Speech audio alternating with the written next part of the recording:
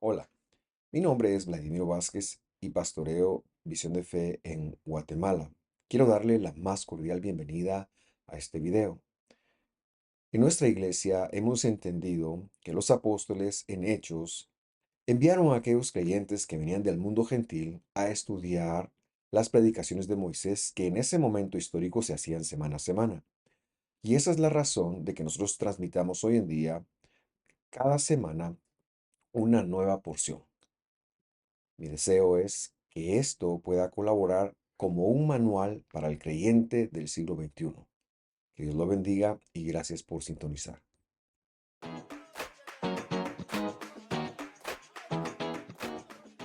Con muchísimo placer le doy la bienvenida a este estudio. Hoy estamos contentos porque terminamos el primer libro de la Biblia por cuarta vez. Y déjeme explicar que desde tiempos antiguos, como lo narra Hechos capítulo 15, se leían estas porciones en las comunidades del primer siglo, en las iglesias del primer siglo, y la idea era que nosotros como gentiles llegáramos a aprender de ellas. Así que estamos en eso, siguiendo el mandato de los verdaderos apóstoles, y en función de ello, pues yo quiero que estudiemos esta última porción del libro de Bereshit o Génesis, como se le conoce en castellano.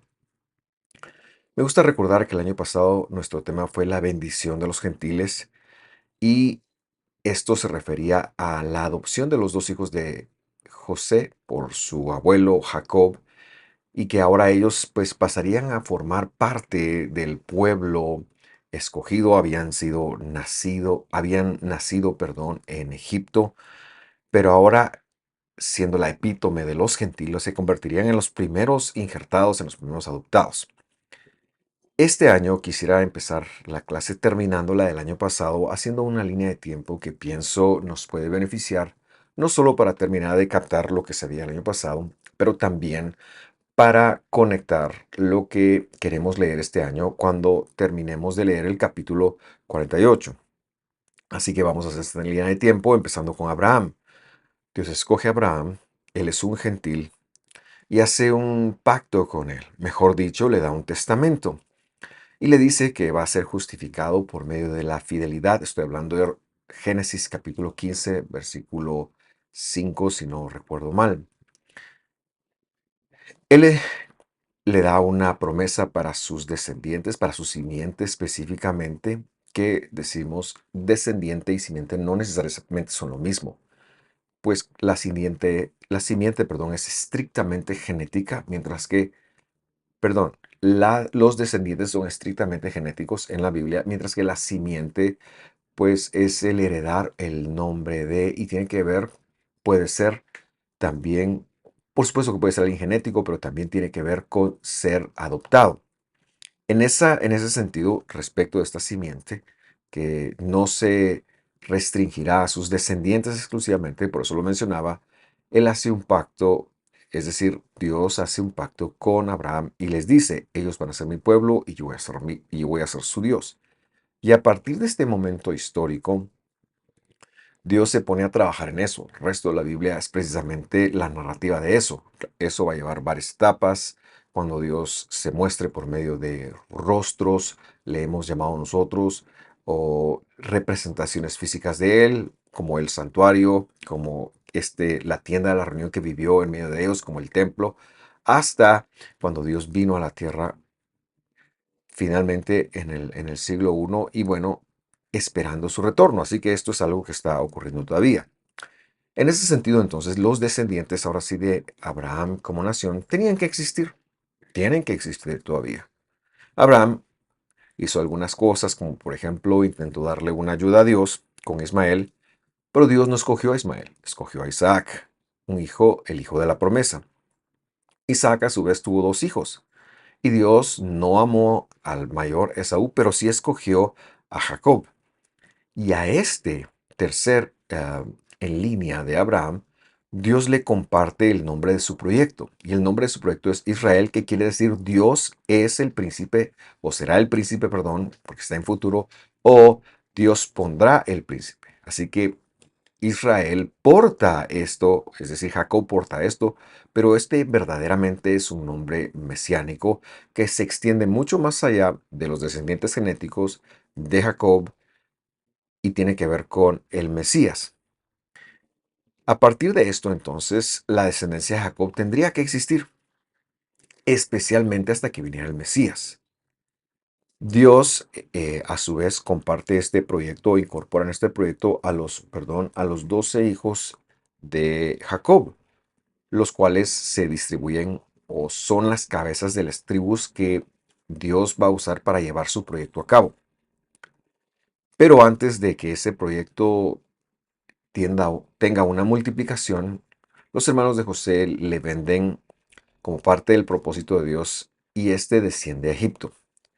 Después de un proceso no fácil, él asciende a virrey, como Dios había advertido a Abraham con respecto de su descendencia. El propósito de Dios de hacer bajar su descendencia, a su simiente, a Egipto, en primer lugar era multiplicarse, por supuesto. Esto tiene que ver con los descendientes, pero a su vez también van a salir con ellos una gran cantidad de personas de los gentiles, de la plenitud de los gentiles, que entran en la simiente y los veremos o los hemos visto cómo se han integrado a lo largo de la historia desde este primer punto, pero igual el día de hoy. En función de esto, entonces, hemos de conectar que todo en la escritura ha sucedido en este momento histórico para que Israel sean 12 tribus y que continuamente en esas tribus se estén injertando a las personas que Dios vaya escogiendo. Todavía me refiero a la narrativa bíblica. Dios está injertando pueblos al Dios de Israel y esto debe existir en función del Mesías. En el siglo octavo antes del Mesías, al año 722, este proyecto pierde a 10 de sus 12 tribus genéticas. Se pierden, nadie sabe dónde están. E Israel, el proyecto de Dios, se queda representado exclusivamente por dos tribus, Judá y Benjamín, que luego se integran a una sola. A estos es a quienes se conocen en el Evangelio como judíos, lo cual esto nos hace aterrizar en el primer siglo cuando su majestad Dios, como un judío, vino a la tierra. Pero recordemos que él era la simiente. Luego de su obra y su regreso a las alturas, sus discípulos se quedan dando testimonio exclusivamente a otros judíos, lo que se conocía para ellos como Israel, es decir, las dos tribus. Pero de pronto Dios empieza a llamar gentiles en todo el Imperio Romano, lo vemos especialmente en la región de Gálatas, pero también algo de esto ha ocurrido con Pedro en Hechos capítulo 10 en la tierra de Israel. Y lo que esto resulta es en Jacob interpretando que estas son las 10 tribus perdidas que están regresando. Ahora, no de una forma genética como lo esperan todavía muchos, sino con el modelo de Dios que siempre había mostrado a Abraham, el modelo de la adopción y que era el modelo que hablábamos el año pasado, la bendición o la adopción de los gentiles. Es aquí en donde yo quiero retomar entonces la lectura la, de la porción de este año, la cual haremos a partir del versículo 17, capítulo 48. Pero para que usted tenga en mente, el contexto de esto es que José ha acercado a sus hijos y Jacob los está adoptando, los está invitando a sus nietos. Y ahora con un hecho pensado, Jacob va a hacer algo que molestará a su hijo José. Leemos entonces, como había mencionado, el capítulo 17. Dice así: Cuando José vio que su padre había puesto su mano derecha sobre la cabeza de Efraín, esto le desagradó. Literalmente la Biblia dice que fue malo en sus ojos. Y tomó la mano derecha de su padre para cambiarla de la cabeza de Efraín a la cabeza de Manasés.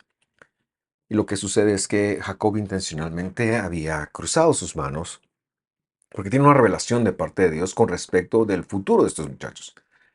Él está trayendo una revelación profética y sabe que algo va a pasar con el que tiene a su mano derecha, Pero esto le desagradó de tal manera a José que él quiere que lo cambie. José probablemente está pensando en que la costumbre que se tenía era que el primogénito debería llevar la preeminencia. Pero esto nunca se había dado en este momento en la nación o en el proyecto de Dios, voy a llamarlo, porque Abraham, por ejemplo, que fue quien recibió el testamento, el primogénito de él, que es Ismael, no heredó la preeminencia o la primogenitura.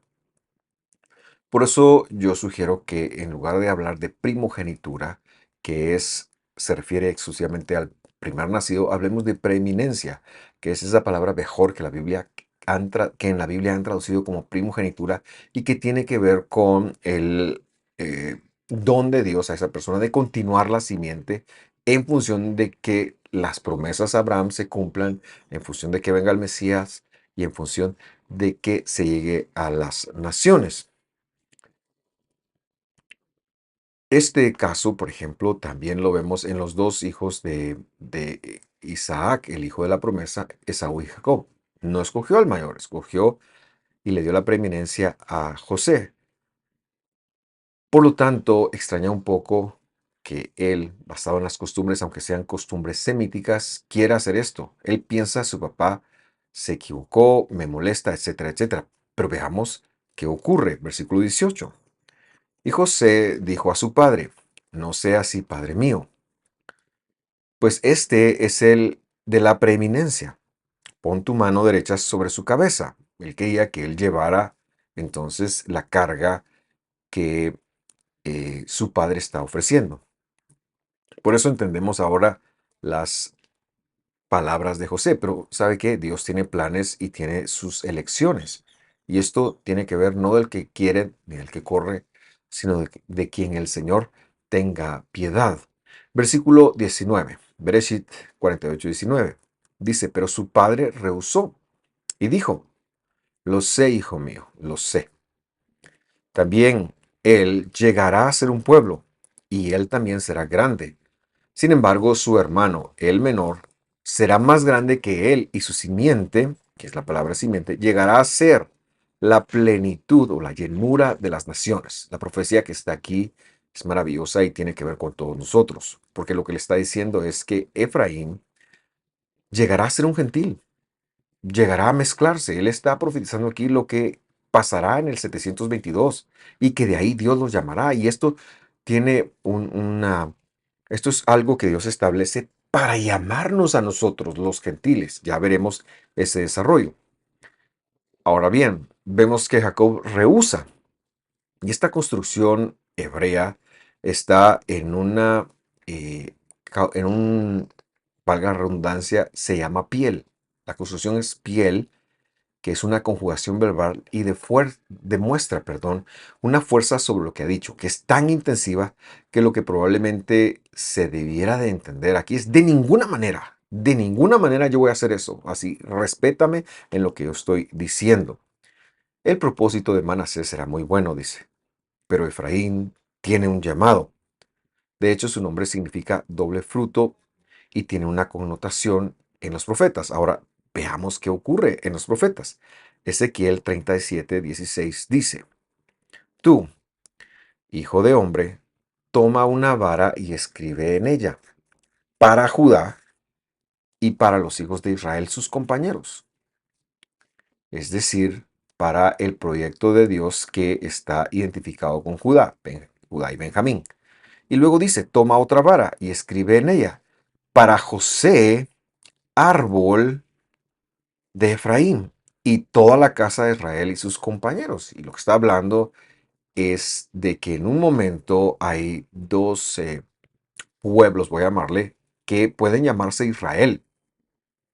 Esto ha ocurrido en función de que a pesar de que Dios propone que se separen en tiempos de Roboam, hijo de Salomón, de todas formas él consideraba a ambos como un pueblo, y los del norte, que son los de Efraín, tienen un destino, y los del sur, que son los de Judá, tienen otro destino.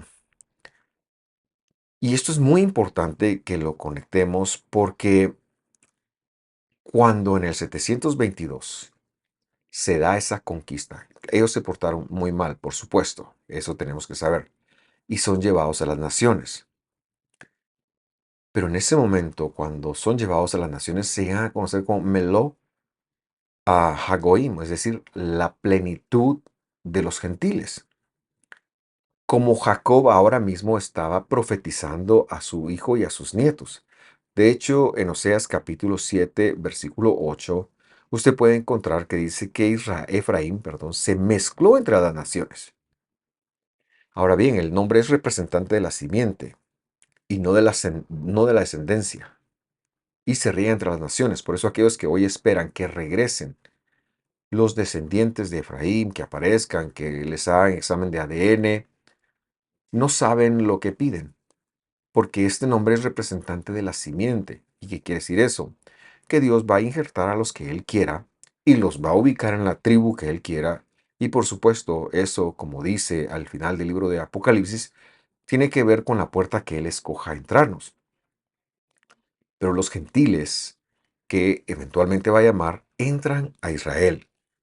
Ya veremos cómo es esto, porque hemos hecho incluso ese desarrollo. Pero ahora vamos a Oseas capítulo 11, versículo 8, antes de ir para allá. Y dice así: ¿Cómo podré abandonarte, Efraín? ¿Cómo podré entregarte a Israel? Ve, son lo mismo. Ya no están en el pueblo, se han ido. Pero a Dios le pesa. ¿Cómo podré yo hacerte como a Adma? ¿Cómo podré tratarte como a Zeboim? Por supuesto que las preguntas tienen una respuesta. No voy a hacer eso. Dice, mi corazón se mueve dentro de mí. Se enciende toda mi compasión. Verso 9. No ejecutaré el furor de mi ira, es decir, de su calentamiento de nariz, que es como se debería de traducir acá, de su alergia al pecado. Dios no lo va a exterminar, lo va a llamar, pero ya veremos cómo lo llama. Y dice, no volveré a destruir a Efraín, porque yo soy Dios y no hombre, el santo en medio de ti, y no vendré con furor. En pos del Señor caminarán, él rugirá como un león, ciertamente él rugirá, y sus hijos vendrán temblando desde el occidente. Y me llama la atención que digas del occidente. Y creo que es porque tiene mucho que ver con nosotros. Pero yo quiero hacer un análisis con usted en este momento. Esta profecía, hablando de los descendientes genéticos, no se ha cumplido. Pero es que la Biblia no necesita que sean genéticos. Y veremos cómo en el capítulo 15 de Hechos, los apóstoles interpretan que se está cumpliendo. Y esto nos lleva ya al siglo I, cuando ha habido una congregación principal que está en Israel, que está en Jerusalén. Ellos empiezan a hablar y hay algunos gentiles que empiezan como a recibir el mensaje. De hecho, a Pedro le sorprende mucho que en Hechos capítulo 10 Cornelio reciba la visitación de Espíritu Santo. Pero lo mismo sucede con el primer viaje misionero de Pablo y de Bernabé, que se da en las ciudades de Galacia, región a la cual después ellos escribirán, o Pablo, mejor dicho, escribirá una carta. Y lo que sucede es que empieza a entrar un gran número y tiene que haber una interpretación de cómo vamos a hacer con esta gente, qué es lo que está pasando. Bueno, hay una faceta de los fariseos que están dentro del movimiento de la iglesia de Jerusalén. Esto lo puede leer usted en el capítulo 15 de Hechos, que dicen, a estos tenemos que hacer los fariseos, hacerlo según el rito fariseo, que es el rito de Moisés, le llaman ellos, que es la circuncisión, perdón, como una eh, requerimiento. Pablo dice eso, no es así, porque esto ha sido por gracia. Los apóstoles entonces tienen que tener un concilio para definir cómo es que enfrentarán esta inclusión o qué van a hacer con ellos. Finalmente, en el versículo 13, Jacob, el pastor de esta comunidad, dice lo siguiente. Cuando terminaron de hablar, Jacob tomó la palabra y dijo, escúchenme, hermanos. Simón, verso 14, ha relatado cómo Dios al principio tuvo a bien tomar de entre los gentiles un pueblo para su nombre. Hechos 10, Cornelio, verso 15. Y con esto concuerdan las palabras de los profetas tal y como está escrito. Y lo que yo quiero que usted, por favor, conecte es que ellos no se sacaron de la manga qué iban a hacer con los gentiles. Ellos no pensaron, bueno, Jesús no dejó dicho realmente qué era lo que había que hacer. Hagamos un voto, tomemos un... No, Jacob, que es hermano de Jesús, él viene y dice, ¿saben qué? Estoy teniendo una luz. En la escritura está escrito lo siguiente. Y vamos al verso 16. Dice así. Después de esto, y esta es palabra de Dios es quien está diciendo esto, volveré y reedificaré el tabernáculo de David que ha caído, reedificaré sus ruinas y lo levantaré de nuevo. En los años 80 esto se interpretó como un movimiento de hacer canciones, de canto, de alabanza, pero no tiene algo que ver con eso. El apóstol Jacob lo está usando en función de los gentiles que ahora están entrando y lo que está diciendo, miren, esa es la restauración de la choza, de la suca, la palabra que usa de David. ¿Y a qué se refiere eso? Se refiere a que David fue el rey que reinó, siempre reinó sobre las 12 tribus de Israel, excepto en la rebelión que su hijo tuvo con él, pero él reinó sobre las 12 tribus de Israel. Cuando habla del tabernáculo de David se refiere a las 12 tribus, se refiere al pueblo compuesto por 12 tribus. Y lo que esto quiere decir es que los gentiles que estaban regresando, o sea Efraín, o sea la plenitud de los gentiles, son aquellas personas de entre las naciones que Dios llamaría por medio de la simiente, que es el Mesías, por medio de Jesús, por medio de Yehoshua HaMashiach. Este no es un acto genético. Esta es una lección divina que Dios tiene claro y que hace por medio de él mismo en su función mesiánica. Cuando un gentil o un judío son llamados por Jesús, reciben al Mesías Jesús en sus corazones. No se entran a una iglesia universal, como se nos ha querido hacer pensar. Ellos entran a la congregación de la simiente de Abraham, al proyecto de Dios, a Israel. Esto es algo que hemos de aclararnos porque la narrativa que llevamos ya por más de 1800 años nos ha dicho que la iglesia es algo independiente de Israel. Claro, quizás independiente podamos pensar en el Estado de Israel, que es un Estado secular, pero no es el proyecto de Dios que le dio a Abraham, a los patriarcas, y que tiene su logro más grande cuando Dios mismo viene a la tierra, da su vida, resucita y se vuelve a los cielos. Ese proyecto se llama Israel y fue precisamente una de las razones por las cuales Jesús dijo, yo he venido a buscar las ovejas perdidas, sea Efraín, la plenitud de los gentiles, de la casa de Israel. Esto también estaba en la mente de otro gran escritor del Evangelio. Nos referimos al apóstol Pablo, quien en Romanos 11:25 dice lo siguiente. Porque no quiero, hermanos, que ignoren este misterio. Va a hablar de un misterio. Para que no sean sabios en su propia opinión, para que ninguno piense más tenga orgullo o piense más de sí mismo. Dice que a Israel le ha acontecido un endurecimiento parcial hasta que hayan entrado la plenitud de los gentiles. Israel en ese momento histórico, decimos, estaba solamente representado por dos tribus. Y lo que él está dando a conocer y está dando valor a ello es que ahora mismo, en ese momento histórico, ya había una entrada, un ingreso de la plenitud de los gentiles. Se refiere a los creyentes que entraban a Jesús. Y lo que está diciendo es que esta gente, cuando creía en Jesús, se pegaban a su palabra, se pegaban al testimonio del nombre de Yehoshua, del nombre de Jesús, del Mesías, de Israel, de Dios, a su palabra, a la Torá, etcétera. Se pegaban a eso y eran la plenitud de los gentiles. Era Efraín regresando. Y es que esto es algo que todavía está sucediendo. El misterio es que eso todavía está sucediendo y hay un endurecimiento parcial. Entonces, al a la otra parte de Israel. Pero es lo mismo. Los judíos son una parte del proyecto.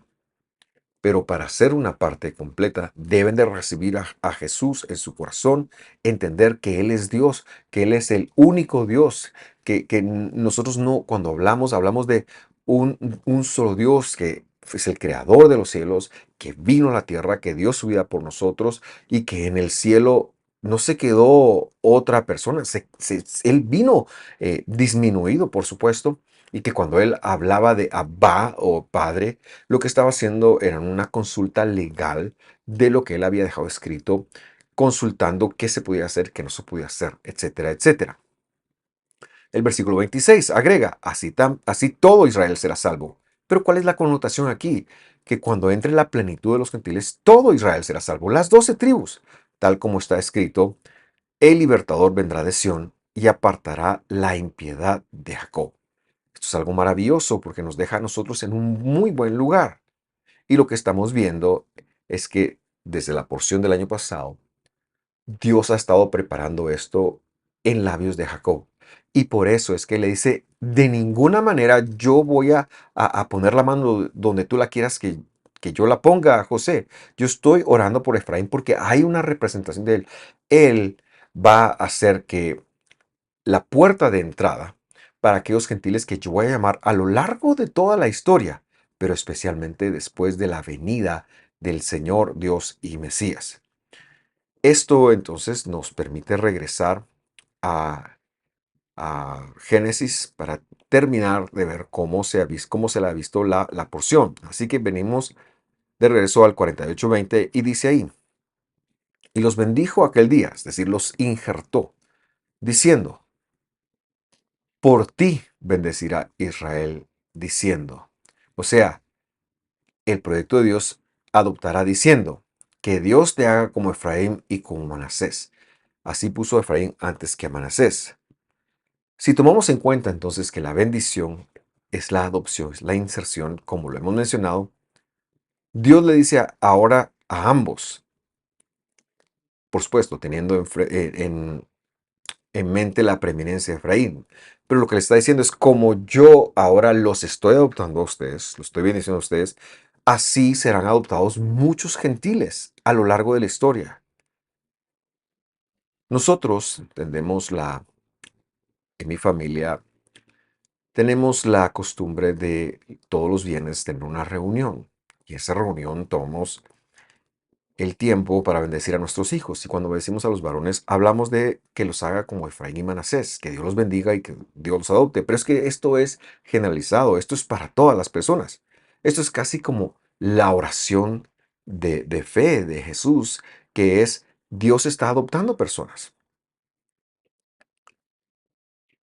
Dios está insertando gentiles. Y en Jesús precisamente eso fue lo que ocurrió. Y esto es simple y sencillamente maravilloso porque ahora todo esto está trascendiendo en aquellos que Dios ha decidido adoptar a una vida eterna, a el mundo espiritual. Las últimas palabras de Jacob en esta interacción son las siguientes, versículo 21. Entonces Israel dijo a José, perdón, vemos como ahora está hablando en nombre del proyecto de Dios. Yo estoy a punto de morir, pero Dios estará con ustedes y los hará volver a la tierra de sus padres, es decir, a Canaán. Verso 22. Yo te doy una parte más que a tus hermanos, la cual tomé de mano del amorreo con mi espada y mi arco.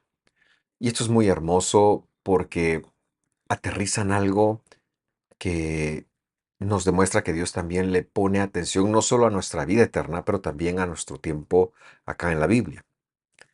Porque con el nombre del proyecto de Dios, Él dice que va a morir, como hacen todos los hombres. Pero como Israel sabe, o Jacob sabe, que sus descendientes, refiriéndonos a Efraín y a Manasés, tienen un propósito temporal y eterno, o tienen un propósito eterno, pero para tener un propósito eterno, Dios sabe que necesitamos comer, vestir, andar, desplazarnos, todas las cosas que este mundo temporal nos exige que tengamos y que hemos de reconocer son parte importante de lo que hacemos.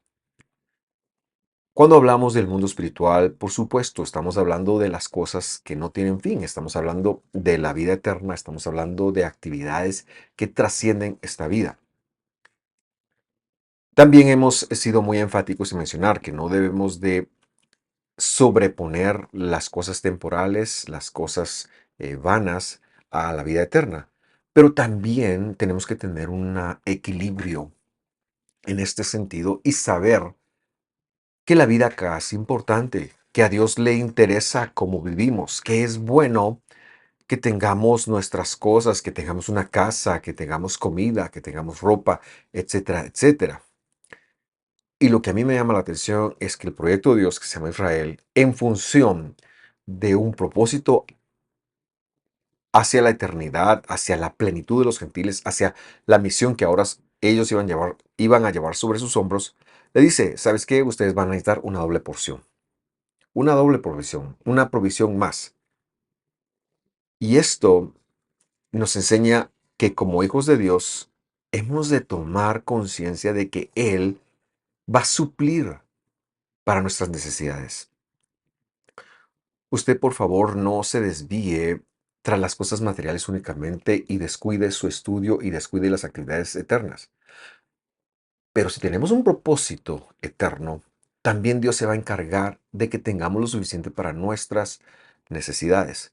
Eso es lo que está en boca de Jacob.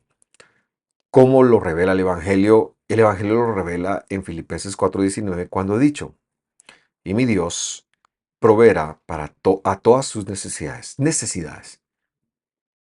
Por supuesto, tiene que ver con algo que necesitamos para un propósito, conforme a sus riquezas en gloria. Lo que necesites para tu propósito, Dios lo proveerá. Por supuesto, si para tu propósito necesitas comer, Dios te va a proveer comida. Si para tu propósito, que es así, sabemos.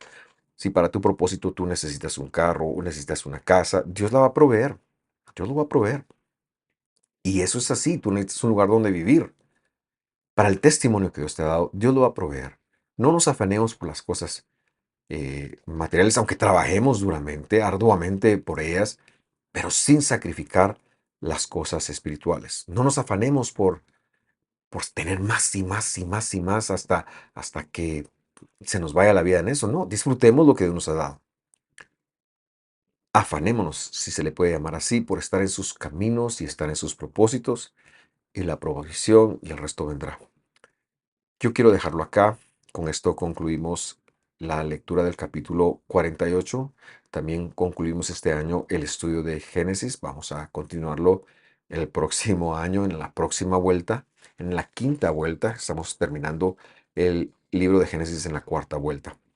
Gracias, gracias por acompañarnos. Si a usted le bendice, le ayuda esto, compártalo con alguien más.